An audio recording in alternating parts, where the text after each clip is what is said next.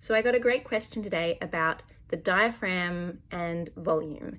And this was because I shared a funny meme yesterday, which was some tweets, and it mentioned this tweet is loud because it came from my diaphragm. And I made a comment, volume doesn't actually come from the diaphragm, but it's still funny because we were all taught that it did back in the day. So someone messaged me and asked, where does it come from then? Where does volume come from if not the diaphragm? So I asked them about their existing understanding of how the voice worked, and they said, I thought the muscles in the diaphragm and the chest were what projected and controlled the air through the vocal cords and mouth. So that's kind of a good starting point.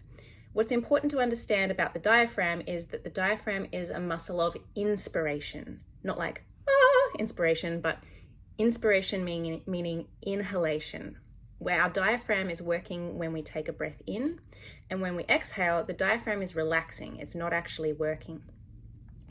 So exhale, to a certain point, is just a release of pressure. If you take in a bunch of air, then you have air pressure in your lungs that wants to come out, wants to neutralize, and then that's just a release of pressure. If we want to keep exhaling past that point, if we want to keep exhaling, making sound, singing or speaking, we can use the abdominal muscles and the intercostal muscles help to continue that exhalation past that point of just balanced air pressure.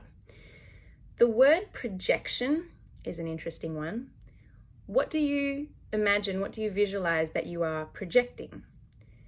You are not projecting your air. I was once asked to visualize blowing a candle out at the back of the recital hall, but we are not projecting our air that far. What we're projecting is our sound. If we're talking about breath control, so control is another interesting word.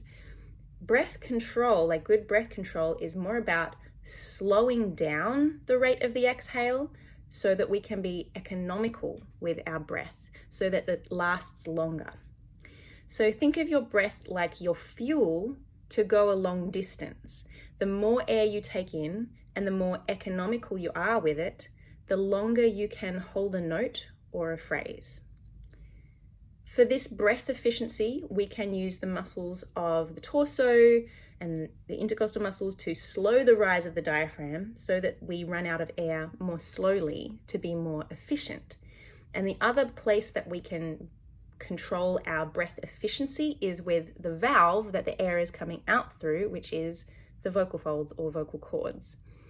If our vocal folds are closing completely when we're making sound, as they're doing their little wave vibration, if they're closed all the way, then you get a clean sound that doesn't have that breathiness in it, and you don't have the air that's escaping in between the vibrations.